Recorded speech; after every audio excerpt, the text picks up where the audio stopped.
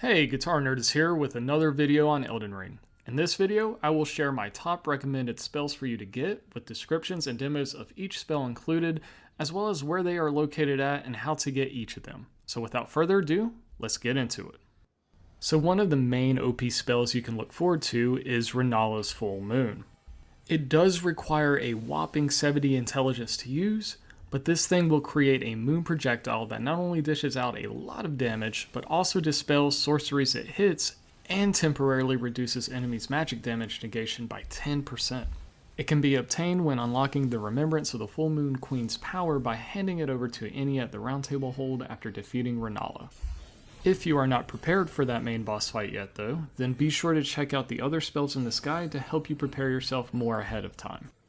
The Carian Slicer spell creates a magical sword that performs a swift slash attack which can be used consecutively for dishing out some quick damage. Thankfully this one is easy to get early on though, as it can be purchased from Sorcerer Sellen for 1500 runes located at the Waypoint Ruins in Limgrave.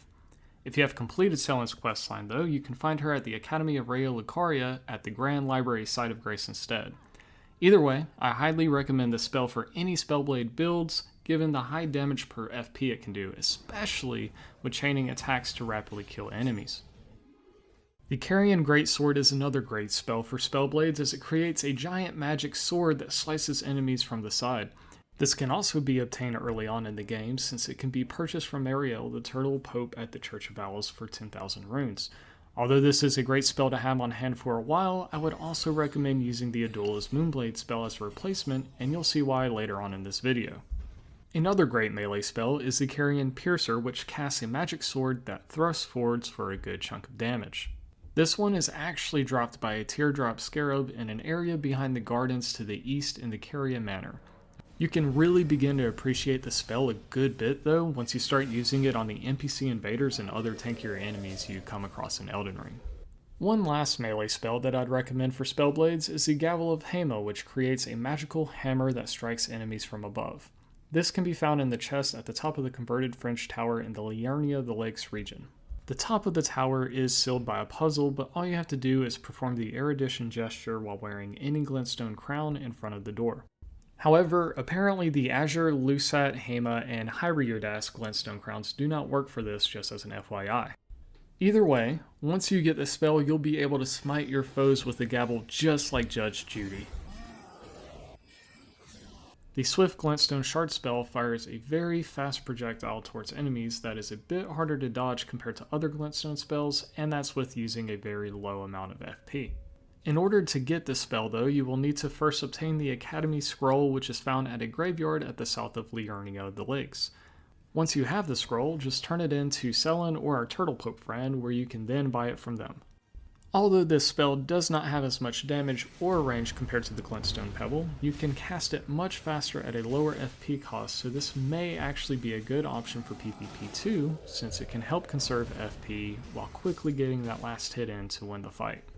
In comparison, the Glintstone Cometshard fires a slower but more powerful comet at enemies while leaving a trail. For this one, you will need the Conspectus Scroll, which can be found near the Great Hall of Rayalakari Academy, nearby the Schoolhouse Classroom Site of Grace. From the doorway, just go left and you'll find a room where there is a body that you can loot from to get that scroll. Now that you have the scroll, just give it to Sellen or the Pope Turtle, and you'll then be able to buy it for 12,000 runes. Overall, this is my main go-to range spell, given how high the damage per FP can be. It does use a bit more FP compared to other Glintstone spells, so you may not necessarily want to rely on it too much early on, but I would definitely recommend having this one equipped once FP consumption isn't as much of a concern, especially since it can hit multiple enemies when they're lined up. Another great range spell is of course Loretta's Greatbow, which can be used to fire a magical arrow at enemies and includes a charged attack to further increase damage too. You will need to go through the Carian Manor until you get to the Royal Moongazing Grounds. The manor upper level is the closest site of grace that leads to here, and once you get here you will need to defeat the Royal Knight Loretta, but it is well worth the effort. Although I tend to use the Glintstone Cometshard for most of my ranged attacks, this is a great spell to have on hand when you want to land a bigger attack from a longer distance before starting a fight on tankier enemies. One of my favorite ranged spells you can get early on though is naturally the Rock Sling spell. This will launch rocks from the ground that can do a good amount of damage at a distance while tracking enemies very well. This spell can be found in a chest in an underground cellar just north of the Street of Sage's Ruins in the Khalid region.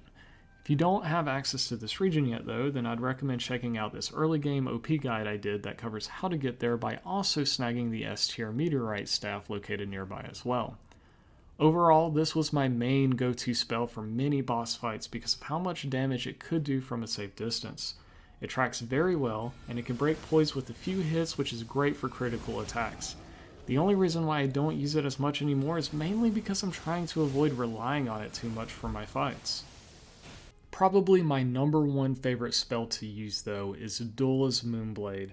This thing does ridiculous damage and allows you to do a cold ranged attack after its initial melee slash that it does. It definitely is not easy to get though. First you'll need to complete a good bit of Ranni's questline, which to avoid spoilers and to save time, I'll just include a link to another video for as a reference. But once you've made enough progress with Ranni's questline, you should be able to access the Moonlight Altar Site of Grace where this is located. However, you'll still need to defeat the Glintstone Dragon Adula located here at the Cathedral in Manicelis. It can be a bit of a challenging fight though, so I'd recommend checking out my OP guide and rune farm guides if you haven't already to make sure you're prepped for it good enough. My main tip for this fight is to hug this rock for cover, but either way, I promise you the effort for this spell is well worth it. I have this spell constantly equipped given how much I use it for fights, especially when coupled with the Bloodhound Step Ash of War. 10 stars, highly recommend. If you want to mix things up more though, then try out this Terra Magica spell. It creates a zone centered on a sigil that gives you a 35% increase to your magic damage, and it lasts for about 30 seconds. To obtain this spell, you will need to complete the Academy Crystal Cave dungeon and take the elevator behind the Crystallian boss fight. This will lead to a tower within the Academy, on the top of which a chest containing the spell can be found. One caveat though is that you must be within the spell radius when damage is dealt to receive the buff, and although this may not be as worthwhile for Spellblade builds overall, it can definitely be useful for slow moving boss fights when using powerful long range spells like Rennala's Full Moon or Comet Azur. Speaking of which, if you already don't know, the Comet Azur spell is essentially just a big Kamehameha move that creates a giant comet which deals very high damage from a good distance. This spell is found near the Hermit Village in Mount Gelmir and is acquired from the primeval sorcerer Azur, who will be sitting near the cliffs in the northeast right beside the nearby Site of Grace. This spell does require 60 intelligence, but it is well worth it for anyone wanting to achieve slower moving boss fights. Now you can see why the Terra Magica spell is worth getting now too. Use both of these spells together and you'll go from Super Saiyan to like Super Saiyan. If you want to see what other equipment you can use to boost this spell though, then feel free to subscribe to keep a lookout for my next OP guide as well. Another powerful spell is Rykard's Rancor, which can be used to summon spirits that leave a trail of delayed explosions in their wake. Unfortunately, the spell can only be obtained after making enough progress in the game to defeat Rykard. Although it looks like a very intimidating fight, it is actually easy to achieve once you know what to do. To summarize, you mainly just need to use the Serpent Hunter Great Spear found at the beginning of the boss chamber for this fight, though using a tanky spirit summon like the Black Knife Tish might help a good amount too. Either way, just keep using the weapon's special charge attack right after he slams his left hand on the ground to keep stunning him while doing damage. Do this for both phases of the fight until he's defeated, and you'll obtain his Remembrance of Blasphemous Power, which you can turn into Enya of the Round Table hold for the spell. However, this spell does require 18 Faith, which I have not leveled up at all, so I actually do not currently have a demo of this spell available yet, but I have seen others use it, and it can definitely do some devastating damage. So I would still recommend the spell overall if you're not bothered at all in putting some skill points into Faith. Another good ranged spell is the Stars of Ruin, which is a homing projectile spell that tracks enemies pretty good while dealing some noticeable damage. This spell is found in the Khalid region and can be obtained after interacting with Master Lusat inside the Celia hideaway, the entrance of which can be found behind this hidden rock wall. However, he is located behind an arcade ward that requires a Sellen Sealbreaker item to get through. This item can only be acquired after making some progress with Sellen's questline though, so here is a video that can be used as a reference for that questline. Overall though, this spell puts out some decent damage with good tracking, so I would recommend using it for enemies that can be a little harder to successfully hit. Crystal Barrage is another good option that can put out a good amount of damage real quick by continuously firing a volley of Glintstone crystal shards. Thankfully, this one is easier to get since it can be purchased from Sellen at the Waypoint Ruins for just 1500 runes. Although this is a good spell to use early on, overall I would recommend using Crystal Torrent over this one once you're able to obtain it. So, as you can imagine, the Crystal Torrent spell is kind of an upgrade version of the Crystal Barrage spell since it can also continuously fire multiple crystal masses out in a very narrow cone in front of you to deal a good chunk of damage. You will need to defeat the Putrid Crystallian boss that's located at Celia Hideaway within Khalid, but this fight can become much easier with a good group-based spirit summon like the Great Shield Soldiers. Ultimately, this is another good range spell that may be worthwhile to use, especially once you have enough memory stones where you don't have to be quite as picky with which spells to have equipped. You know, I don't think I could have put a list of recommended spells together without covering the Carian Phalanx spell. I mean, who wouldn't want numerous magical swords hovering over your head, waiting to attack any enemies that are stupid enough to get close? Well, if you're interested, then keep an eye out for Celivis, who you can find here at Celivis' Rise. He will sell you this spell after completing some steps of his questline. Alternatively, you can buy the spell from the Twin Maiden Husk at the Roundtable Hold once you turn in Celivis' Bell Bearing. Either way, this spell has always been fun to use, and can be even more fun when using it for PvP, especially with Bloodhound's Step Ash of War to rush towards wounded enemies that only need one more hit to finish them off. A great spell for all the emos and goths out there is the Eternal Darkness. Once casted, this spell would create a massive black hole that can devour enemy spells casted towards its direction. This is a bit easier to obtain, thankfully, since it can be found on a corpse inside of the Swamp Lookout Tower's jail cell within the Khalid region. If you have any trouble finding this location, then try finding the Church of Plague first, then from there, go south and cross the Celia Gateway, and then follow the road north to the tower. Even though this spell is really only useful against enemies that use magic, it can still make a big difference in making it easier to take down magical foes. I will say as a caveat that I am not 100% sure if this will block all spells, especially those from harder boss fights, but I'm definitely curious to test it out more myself to see just how effective it can be in helping with these fights as well as for PvP. One last spell I will cover here is Ranni's Dark Moon. This will launch a cold dark moon towards foes while causing frostbite to either be built up or triggered as well. It can be found in a chest at the top of Chalona's Rise Tower after solving the puzzle to unlock the sill.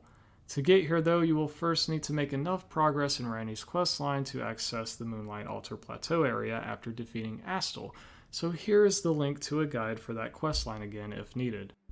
Once you get here though, be sure to examine the imp statue by the entrance to get 3 giant ghost turtles to spawn within the plateau. Do not fast travel or rest, as this will force you to examine the statue again before respawning the turtles. Here are the locations of the turtles though, so just travel to them, kill them, and travel back to the tower to finally get the spell at the top of the tower. This spell is well worth it for boss fights though, since it not only reduces the target's magic negation by 10%, but if it triggers Frostbite, then it reduces damage negation by a further 20%, a total reduction of around 30%. Although this damage negation only lasts for about 1 minute, it can make a noticeable difference shortening boss fights if you take advantage of it. As a side note, I know there are plenty of other good spells out there that deserve recognition. Spiral Shard, Scholar's Armament, Glintstone Arc, Collapsing Stars, and Night Comet are just a handful of the many other great spells out there to experiment with. But overall, at the end of the day, if I had to pick a list of spells to focus on getting first, it would be the ones I mentioned here in this video, especially once you combine them with some of the equipment I will cover in my next OP guide, which I highly recommend keeping an eye out on for anyone who wants some upgrades to their Sorcery or Spellblade builds. But overall, if you've enjoyed the video, be sure to like and subscribe as I continue to roll out more content like this. And feel free to comment below if you'd like to see me cover any other spells, items, or Elden Ring topics. I know there are some other good spells like the Founding Rain of Stars that are obtained further into the endgame, so keep a lookout as I may cover this later on too. So be sure to use the description below if you want to follow my socials for updates as well, but until next time, happy gaming!